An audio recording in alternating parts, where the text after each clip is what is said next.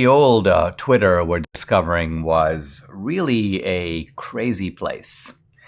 You had all these leftists and activists. And how do we know this? Well, we know this because there's now information that shows that the vast majority of Democrats, the vast majority of Twitter employees were activists and were donors to the left and to the Democratic Party.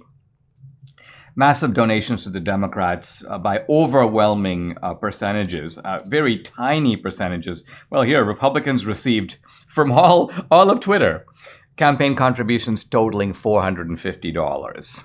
Wow, what does that tell you? The other thing about it is Twitter wasn't even being run like a normal company. No attention to profit, no attention to what the revenue was, no attention to what the bottom line was. So this is almost like a systematic abuse of the Twitter investors. And instead, these guys were into ideology, but not just ideology. They were also into, you could almost call it wasteful fashion style. I know this because Twitter is now announcing under Elon Musk a sale of a lot of its paraphernalia. They're selling all this stuff off from the building and from the cafeteria, and the stuff is just downright ridiculous. I mean, giant sculptures of the so-called @ sign, meaning at Dinesh D'Souza. So the @ sign is now elevated into some great Twitter icon. And so all this stuff about, fashion style furniture that they have, all this stuff where they have all kinds of sculptures with artificial plants in them. There were selfie props for visitors to take photos. There was a giant 4-foot-tall blue Twitter bird sculpture. And Elon Musk is like, clean all this stuff out. This is not really what makes a company successful. So you have actually genuine entrepreneurship coming in here.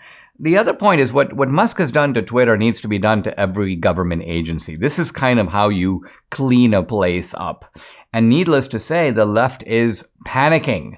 They're striking out at Twitter. In fact, Congressman Ted Lieu was like, I'm on the oversight committee. And of course, the point is, you're on the oversight committee. You know what? Are you the guy who approved these FBI programs to systematically work with high-tech platforms and engage in unconstitutional censorship? Did you do it? And then Ted Lieu starts kind of maneuvering to try to get out of it. Adam Schiff has doubled down. He got into a sort of skirmish with Elon Musk.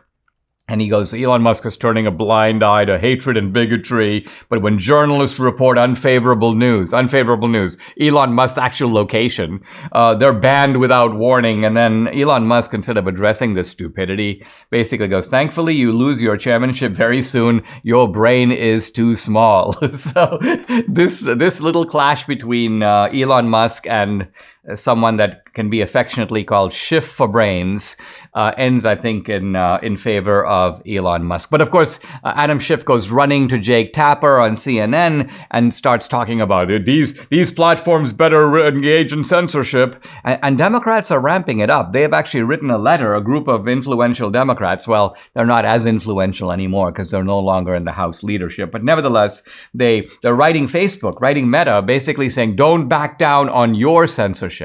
Well, what does it mean? What this really means is that the Democrats are worried that the Berlin Wall is coming down. The Berlin Wall of censorship has been in place now for a solid at least 2 years. Debbie thinks some of this goes back further, closer to 2016. Well, we know it's been in place since 2020.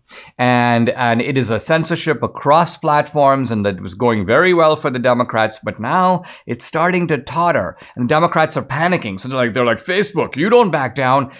We may have lost Twitter, but let's try to hold on to what we have.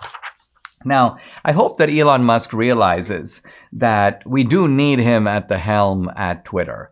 Elon Musk is apparently giving some thought, and this doesn't really surprise me that much. Maybe there should be a different CEO of Twitter, and Elon Musk is even running one of his sort of famous polls. Should I be the CEO? Should somebody else be the CEO?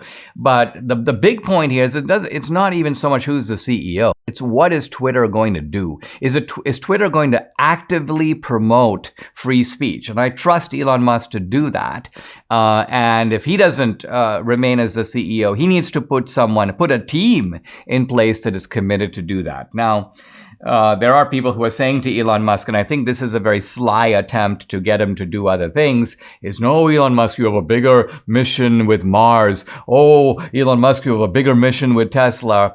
I want to make the point that Elon Musk's mission at Twitter, the free speech battle that he's waging in Twitter, is no less important. In many ways, it's more important, but it's at least no less important than any of his other admirable ventures. So he needs to recognize that this is not a fight that we want to lose, and we actually need him on the ramparts. He's one of the few people that sort of gets it. Here's Elon Musk. The woke mind virus is either defeated or nothing else matters. And there it is in a nutshell. He understands this, and this is really what this battle is all about. The wokesters want to control us. They want to they don't want to debate us, because they're not too sure how they'll come out in that. They want to shut us down. They want to silence us, to deplatform us. And we need Elon Musk, at least, if not on the front lines, we need him on our side, fighting to restore free speech to this beleaguered country.